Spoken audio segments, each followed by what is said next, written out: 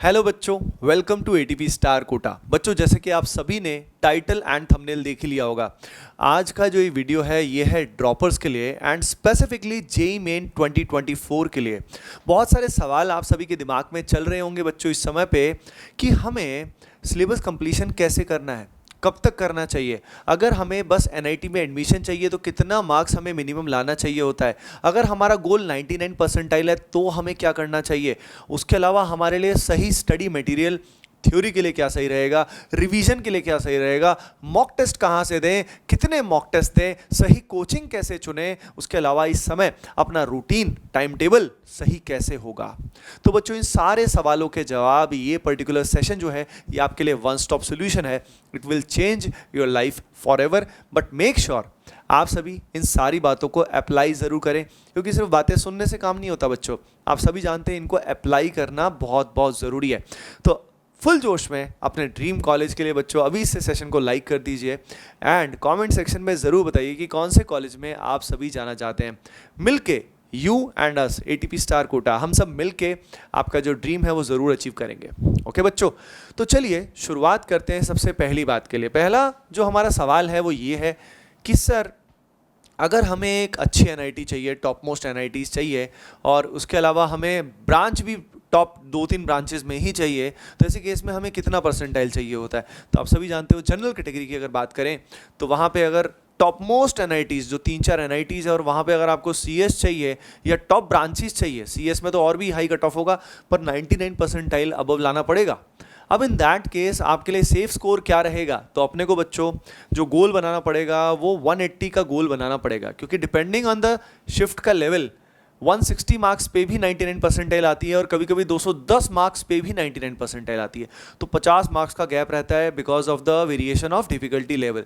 तो 180-90 का गोल हमें इन जनरल बनाना पड़ेगा। उसके अलावा जिन बच्चों को बस एनआईटी में घुसना है, यानी एक डिसेंट एनआईटी में घुसना है, तो एटलीस्ट 95-96 परसेंटाइल तो लाना पड़ेगा। हाँ, ब्रांच में थोड़ा कॉम्प्रोमाइज़ होगा। In that case the safe score is around 120। Normally 100 से लेके 120-125 तक 95 परसेंटाइल आ जाती है।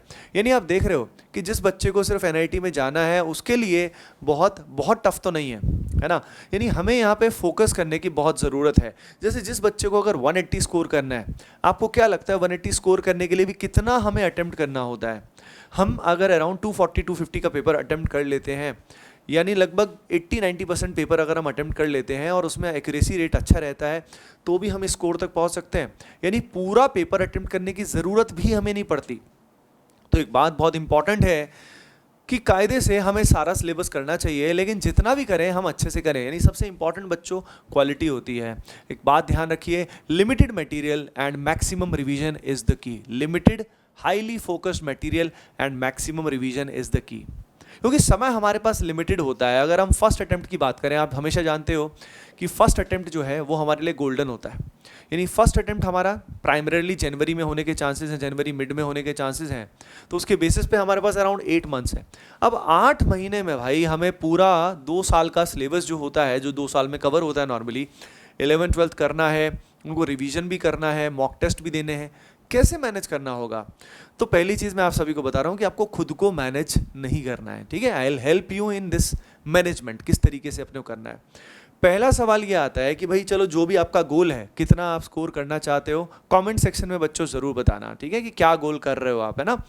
तो हम मिलके उसको अचीव ज़रूर करेंगे, क्योंकि उससे अपन फोकस्ड हो जाते हैं कि यार इतना तो मैं अचीव करके रहूँगा, है ना। अब उसके बाद 8 महीने हैं और 8 महीने में तकरीबन अगर तीनों सब्जेक्ट्स की बात करें तो हमारे पास 100+ चैप्टर्स हैं। 100 से भी ज़्यादा चैप्टर्स हैं हमारे पास बच्चों।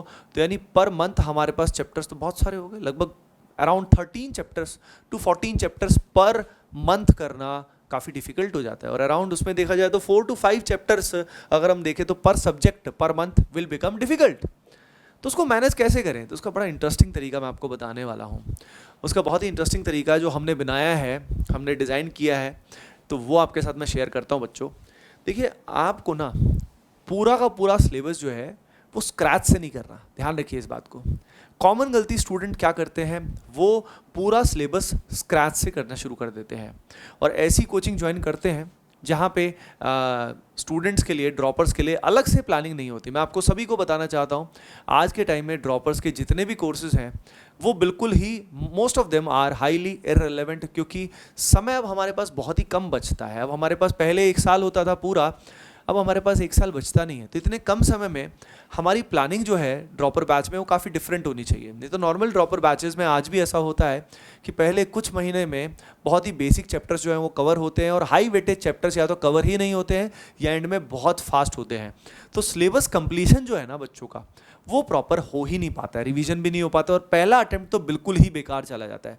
ये हर साल ड्रॉपर्स की कहानी हो रही है, लेकिन ट्रेडिशनल कोचिंग इंस्टीट्यूट्स में इसका कोई भी सॉल्यूशंस नहीं निकाला गया है।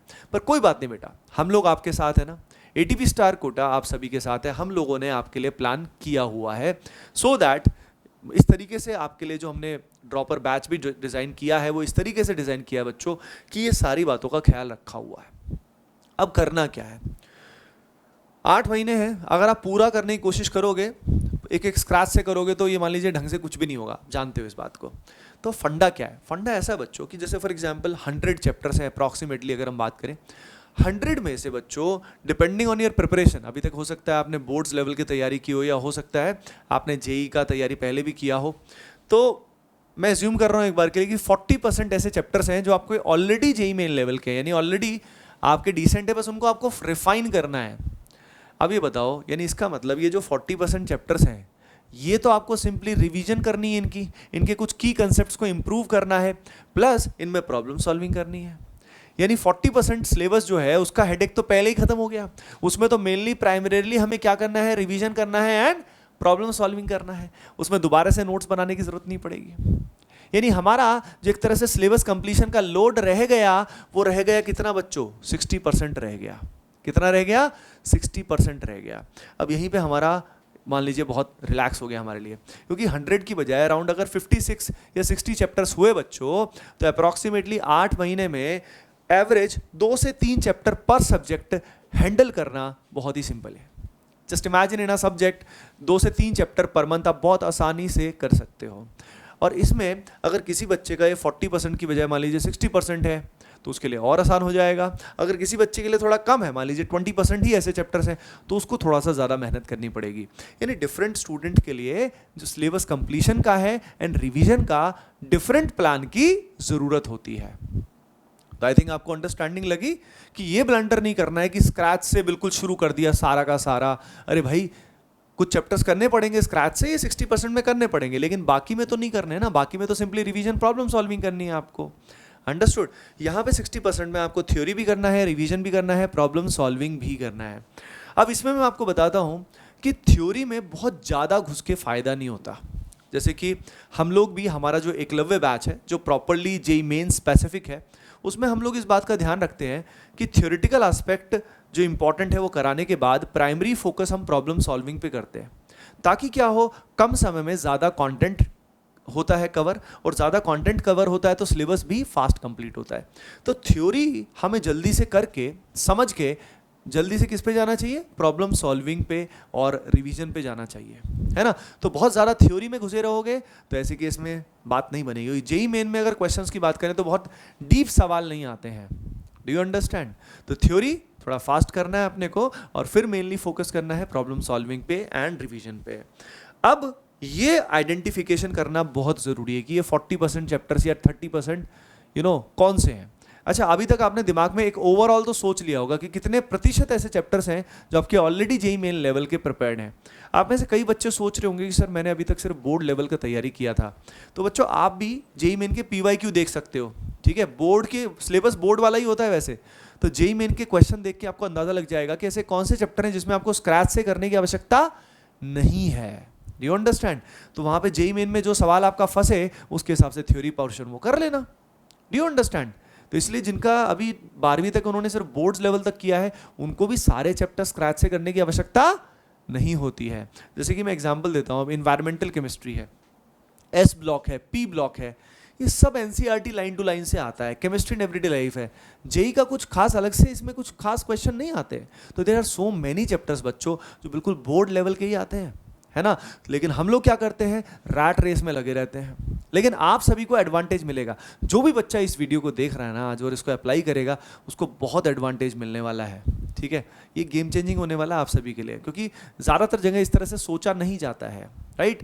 नाउ द पॉइंट इज कि भाई ये जो सारी चीज़ें हैं ये हम खुद से कैसे प्लान करें, क्योंकि खुद से प्लान करना, अगर मान लीजिए हम प्योरली सेल्फ स्टडी करते हैं, कोचिंग ही नहीं करते तो भी दिक्कत है, क्योंकि तब हमारा कोई शेड्यूल नहीं मिलेगा, ना प्लान मिलेगा, ना गाइडेंस मिलेगी, ना टेस्ट सीरीज, ना डाउट सॉल्विंग, कुछ भी नहीं होगा।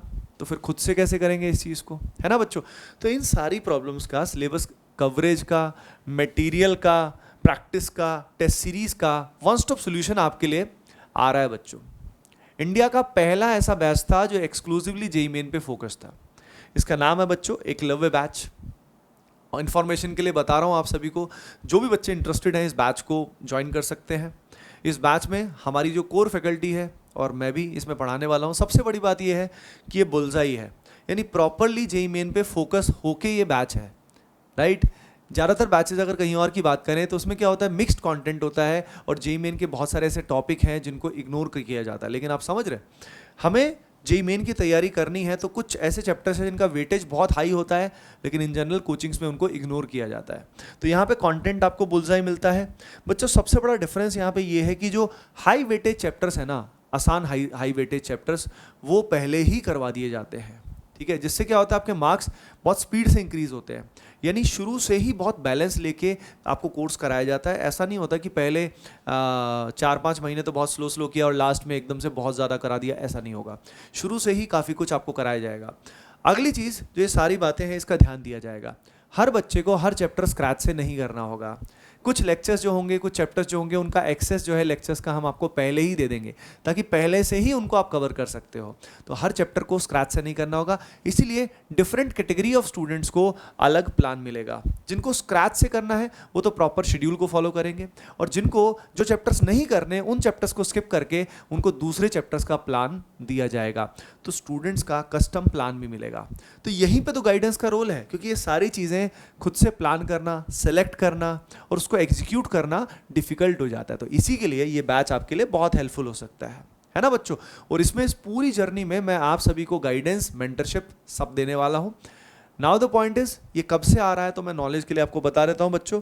25 अप्रैल से पहला बैच स्टार्ट हो रहा है, उसके बाद फिर 2 मई से, देन 9 मई से, देन उसके बाद नेक्स्ट वीक्स भी एवरी वीक बैच आता रहेगा, राइट। तो आप इसमें जिसमें भी ज्वाइन करना चाहते हैं कर सकते हैं। यहाँ पे जो कॉन्टैक्ट नंबर्स हैं वो दिए हुए हैं, you can contact our team and वो आपको they will help you in enrolment. कोई और डाउट अगर आपका है तो आप मुझसे भी कनेक्ट कर सकते हैं, हमारी टीम मुझसे कनेक्ट करा देगी। ओके बच्चों, नाउ द नेक्स्ट थिंग, अब आपको ये पता लग चुका है कि भाई कितना टारगेट स्कोर करना है, कितना सिलेबस आपको स्क्रैच से करना है। अच्छा, एक बार सभी बच्चे कमेंट सेक्शन में ये ज़रूर बताएं कि भाई कितना सिलेबस आपको स्क्रैच से करना है, ठीक है। कितना सिलेबस करना है, 60, 70, 80, इससे अंदाज़ा भी लगेगा कि आपको दिख जाएगा कि यार क्या मुझे सारा करना है। क्योंकि किसी बच्चे को अगर 50% ही करना है तो उसके लिए तो काम बहुत ही आसान हो गया, है ना बच्चों। तो every day, now the point is कि भाई आपके रूटीन की अगर बात करें तो एवरी डे बच्चों आपको इस तरह का टाइम टेबल मिलेगा, इस तरह का रूटीन आपको बनाना होगा कि जो ये 60% सिलेबस है, दिन का लगभग 70% समय, 70-80% टाइम आप नए चैप्टर्स में लगाएंगे, लेकिन 20 से 30% समय जो है वो आप जो पुराने चैप्टर्स हैं, यानी जो आपको ऑलरेडी आते हैं, उनकी प्रॉब्लम सॉल्विंग, प्रैक्टिस, रिवीजन में लगाओगे। यानी अगर अराउंड हमारे पास 10 आवर्स है तो अराउंड उसका 30%, 3 घंटे के आसपास एवरी डे हम रिवीजन एंड प्रॉब्लम सॉल्विंग में लगाएंगे। याद रखना बच्चों, उसी से आपकी रैंक आएगी, उसी से आपका सिलेक्शन होगा। एक बात मैं आपको बताना चाहता हूँ, ये सारी चीज़ें आप तभी अप्लाई कर पाओगे जब आप पढ़ोगे। दिक्कत सबसे ज़्यादा क्या फंसती है, हम पढ़ते नहीं हैं, डिस्ट्रैक्ट हो जाते हैं, डीमोटिवेटेड हो जाते हैं, ओवर थिंकिंग रहती है। तो मैं कितना ही ज्ञान दे दूं, कितनी बातें आपको बता दूं, लेकिन जब तक आप अप्लाई नहीं करोगे, पढ़ाई नहीं करोगे, काम नहीं चलेगा। ये तो ऑब्वियस सी बात है ना। तो पढ़ें कैसे, फोकस करें कैसे, बोलते सभी हैं पढ़ना है, फोकस करना है, कैसे करें। तो उसके लिए मैं आप सभी को बताना चाहता हूं बच्चों, उसके लिए आपको हाई फ्रीक्वेंसी में रहना है। देखिए, हर तरह के थॉट्स के फ्रीक्वेंसी होते हैं, जैसे कि एंगर हो गया, जेलसी हो गया, जो भी सैडनेस हो गया, ये सब क्या होते हैं, लोअर फ्रीक्वेंसी चीज़ें होती हैं, ठीक है। और जो क्या होता है, हैप्पीनेस होता है, एक्शन जब हम कोई लेते हैं, कोई अच्छा काम करते हैं, खुशी मिलती है, वो पॉजिटिव एनर्जी होती है। तो अपने को हाई फ्रीक्वेंसी में रहना है। हाई फ्रीक्वेंसी अगर आप मेंटेन रखोगे ना तो आपका दिन भर प्रोडक्टिविटी नेचुरली बहुत अच्छी रहेगी, आपका सारा दिन मन लगेगा भाई काम करने में नेचुरली। तो पहली चीज़ अपनी एनर्जी कंजर्व करके रखनी है। एनर्जी कंजर्व, एनर्जी आपकी कहाँ कहाँ गायब हो जाती है? पॉर्न, मास्टरबेशन, सोशल मीडिया, उसके अलावा वेब सीरीज। अब भाई ये सब काम करने हैं तो कहाँ तुम 99 परसेंटाइल का सपना देख रहे हो? ठीक है, ये सब चीज़ें मिनिमाइज करनी है। मैं मानता हूँ कि कई बार ये प्रैक्टिकली इनको खत्म करना पॉसिबल नहीं होता, पर as a senior, as a बड़ा भाई मैं आपको बताना चाहता हूँ कि इनको मिनिमाइज कर दो, जितना हो सके मिनिमाइज देम, क्योंकि ये आपकी बहुत एसेंशियल लाइफ फोर्स जो है ना उसको वेस्ट करते हैं। हम लगातार जब फ़ोन को देखते रहते हैं या लगातार हम और भी बहुत कुछ देखते रहते हैं, करते रहते हैं, तो एनर्जी हमारी खत्म हो जाती है, इरिटेटिव हो जाते हैं भाई। तो आप सभी को फ़ोन जो है ना वो आपका दोस्त है, लेकिन आज के टाइम में दुश्मन भी बहुत बड़ा है, तो उसको बहुत ही लिमिटेड समय पे यूज़ करना है बच्चों, है ना। दूसरा, हाई फ्रिक्वेंसी मेंटेन करने के लिए आप सभी का एक रूटीन फिक्स होना चाहिए। किस समय लेक्चर्स देखने हैं, किस समय आपको होमवर्क करना है, किस समय आपको क्या करना है। एकलव्य बैच में जो भी बच्चा आने वाला है उन सभी बच्चों को हम वो रूटीन भी देने वाले हैं कि कौन सा रूटीन आपको फॉलो करना है। अब आप में से बहुत बच्चे बोलेंगे कि सर हमें भी दे दीजिए रूटीन। तो बेटा देखो, बात ऐसी है कि रूटीन ना क्या होता है कि बैच टू बैच वेरी करते हैं कि आप कहाँ पे पढ़ते हो, राइट। तो एक जर्नलिस्टिक रूटीन जो है वो तो मैं आपको बता ही दूंगा, जिसमें इन जनरल मॉर्निंग में लेक्चर्स करने के बाद शाम को आपको मेनली प्रैक्टिस ही करना चाहिए। और सबसे इंपॉर्टेंट है आप सभी का स्लीप साइकिल। नॉर्मली बच्चे ऐसे सोचते हैं कि यार मैं बड़ा पढ़ाकू हूँ, और वो प्रिटेंड करने के लिए रात को देर देर तक जागते हैं। ज़्यादातर ऐसे स्टूडेंट जो देर देर तक जागते हैं वो टाइम पास करते हैं, टाइम वेस्ट करते हैं, ज़्यादातर, नॉट एवरीबडी। ये काम आपको करना होगा, रात को 10 से 11 बजे तक सो जाना है बच्चों, और सुबह 5 या 6 बजे उठना है। ये बहुत इंपॉर्टेंट है, मतलब ठीक है। इससे आपकी पूरी बॉडी जो है वो बैलेंस रहेगी, माइंड आपका शांत रहेगा। आप दूसरा, तामसिक फूड से दूर रहिएगा। तामसिक फूड का मतलब जो भी नॉनवेज है, तला भुना बहुत ज़्यादा है, ये मिनिमाइज़ करिएगा, जितना हो सके मिनिमाइज़ करिएगा, क्योंकि इन सब फूड से भी मन क्या होता है, अशांत होता है। दूसरा, अगर आपका ऐसा फ्रेंड सर्कल है या ऐसा माहौल है जिसमें टॉक्सिक एटमॉस्फेयर है, जहाँ पे बातें ही ऐसी होती हैं, एनवायरनमेंट ही ऐसा है जो नेगेटिव है, you know, for example teachers का कंपैरिजन चल रहा है या फालतू बातें चल रही हैं, मतलब बिल्कुल अनप्रोडक्टिव चल रही हैं, तो वो आपको हर्ट करेंगी। आपको लगता है गॉसिपिंग से क्या, नहीं भाई, गॉसिपिंग से नुकसान है। अगर आप आईआईटीज़ के बारे में, एनआईटीज़ के बारे में बात कर रहे हो, अपने ड्रीम्स के बारे में बात कर रहे हो, तो फिर भी आपको फ़ायदा होगा, अच्छा रहेगा। तो एनवायरनमेंट ही आपको बनाता और बिगाड़ता है, तो इसीलिए आपका एनवायरनमेंट सही होना बहुत ज़रूरी है। तो जहाँ पे भी आप पढ़ें, आप ऑनलाइन पढ़ें, ऑफलाइन पढ़ें, जैसे भी पढ़ें, इस बात का ध्यान रखिए बच्चों कि आपका एनवायरनमेंट मस्ट बी राइट, ठीक है। मैं सभी को एक बात ये बताना चाहता हूँ कि जो अपना एकलव्य बैच है ये ऑफलाइन भी है, यानी आप कोटा, राजीव गांधी नगर में हमसे इस बैच में पढ़ सकते हो, और इसी में आप ऑनलाइन तो पढ़ ही सकते हो ऑब्वियसली, है ना। तो मैं कहना चाहता हूँ कि जो एटमॉस्फेयर बनाया जाता है वो आप खुद से बहुत अच्छा क्रिएट करिएगा, ठीक है। अब now the next thing is कि भाई यहाँ पे प्रैक्टिस के लिए आपके लिए बेस्ट रिसोर्सेज क्या रहेंगे। तो बच्चों, प्रैक्टिस के लिए अगर मैं आप सभी को बताऊँ तो यहाँ पे जेई मेन के जो प्रीवियस ईयर क्वेश्चंस हैं चैप्टर वाइज, ये तो मतलब सबसे इंपॉर्टेंट, नंबर 1 प्रायोरिटी।